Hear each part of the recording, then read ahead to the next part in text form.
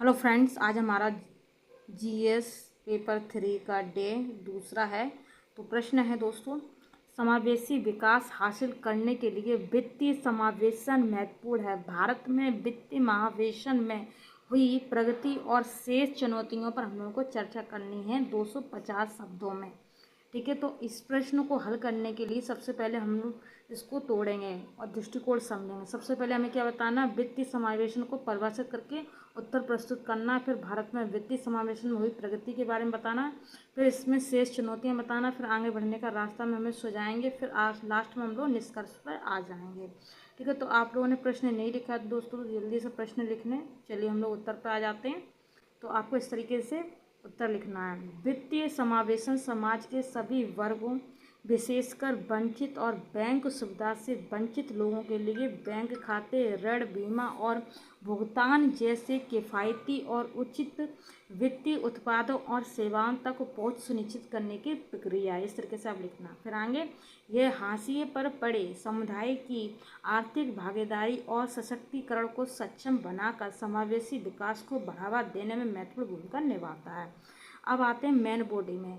आपको main body में क्या लिखना है, शरीर में क्या लिखना है, आइए समझते हैं। देखिए, भारत में वित्तीय समावेशन में हुई प्रगति, इस तरीके से आपको हेडिंग डालनी है और उसमें पॉइंट वाइज लिखते जाना है। खाता खोलना, खाता खोलना। देखिए, जून 2024 तक प्रधानमंत्री जनधन योजना PMJDY के तहत 52 करोड़ से अधिक लाभार्थी खाते खोले जा चुके हैं, जिनमें जमा राशि 2.2 लाख करोड़ रुपए से अधिक है दोस्तों। चलिए आगे देखते हैं, इसके बारे में बता देना। ये योजना बुनियादी बैंकिंग खाते और ओवरड्राफ्ट सुविधाएं प्रदान करती हैं, जिससे बैंकिंग सुविधा से वंचित लोगों को औपचारिक वित्तीय प्रणाली में लाया जाता है। बैंकिंग अवसंरचना पर विस्तार, पहुंच बढ़ाने के लिए भारत में शाखाएं, ATM और बैंकिंग संबंधदाताओं BC सहित बैंकिंग अवसंरचना का महत्वपूर्ण विस्तार किया गया है। निजी बैंकों ने 2015 से अपनी शाखाओं की संख्या 60% की वृद्धि की है। इसमें बिजनेस कोरस्पॉन्डेंट मॉडल ने दूर दराज के क्षेत्रों में बैंकिंग सेवाओं की अंतिम छोर तक पहुंच को सुगम बना दिया है। डिजिटल वित्तीय समावेशन, सरकार ने एकीकृत भुगतान इंटरफेस, UPI आधार सक्षम भुगतान प्रणाली और रुपए पे कार्ड नेटवर्क जैसी पहलों के माध्यम से डिजिटल वित्तीय सेवाओं को बढ़ावा दिया है। वित्त वर्ष 2024 में भारत में लगभग 131 बिलियन UPI लेन देन दर्ज किए गए हैं। APS ने दूरदराज के क्षेत्रों में बैंकिंग सेवाओं के लिए आधारित बायोमेट्रिक प्रमाणीकरण को सक्षम किया है।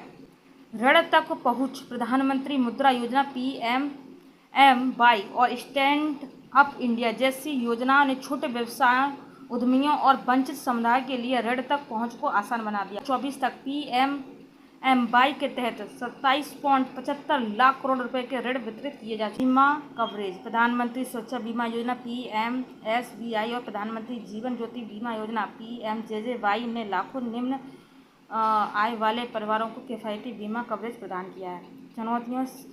चुनौतियां जो बनी हुई हैं इसके बारे में जानते हैं। निरंतर लिंग अंतर, प्रगति के बावजूद वित्तीय सेवाओं तक पहुंच में एक महत्वपूर्ण लिंग अंतर बना हुआ है, जिसमें महिलाओं को सांस्कृतिक, सामाजिक और आर्थिक बाधाओं का सामना करना पड़ रहा है। मार्च 2030 तक भारत में महिलाओं के पास 35% खाते, लेकिन कुल जमा राशि केवल 20% ही उनके पास होगा।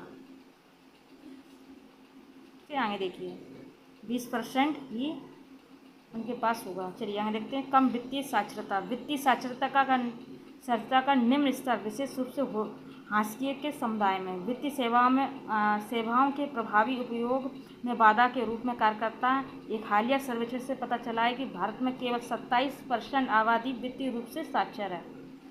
सीमित खाता उपयोग, दिसंबर 2030 लगभग 20% PMJDY खाते निष्क्रिय थे, जो बुनियादी खातों से परे वित्तीय उत्पादों के सीमित उपयोग को दर्शाता है।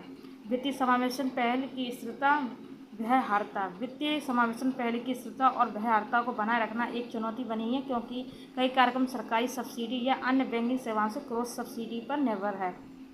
आगे बढ़ने का रास्ता में देखेंगे। वित्तीय साक्षरता पर ध्यान केंद्रित करना, विशिष्ट जनसांख्यिकी पर लक्षित वित्तीय साक्षरता अभियान व्यक्तियों को सूचित वित्तीय निर्णय लेने और वित्तीय उत्पादों का प्रभावी ढंग से उपयोग करने के लिए सशक्त बना सकता है।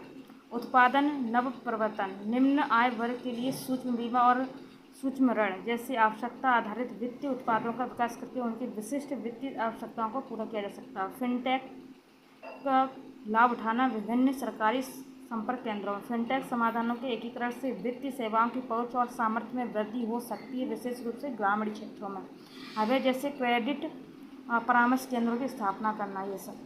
रंगराजन समिति की सिफारिशों पर कार्रवाई जोखिमों को प्रभावी ढंग से कम करने के लिए गरीबों के वित्तीय सेवाओं के एक महत्वपूर्ण घटक के रूप में सूक्ष्म बीमा को बढ़ावा देना, पर्याप्त वित्तीय सहायता के साथ वित्तीय समावेशन में अपनी भूमिका को मजबूत करने के लिए सहकारी ऋण प्रणाली के लिए पुनरुद्धार पैकेज को लागू करना, छोटे और काश्तकारों जैसे मध्यम वर्ग के ग्राहकों को बिना किसी संपार्श्विक के ऋण उपलब्ध कराने के लिए संयुक्त देयता समूह JLG मॉडल को अपनाना और बढ़ावा देना है।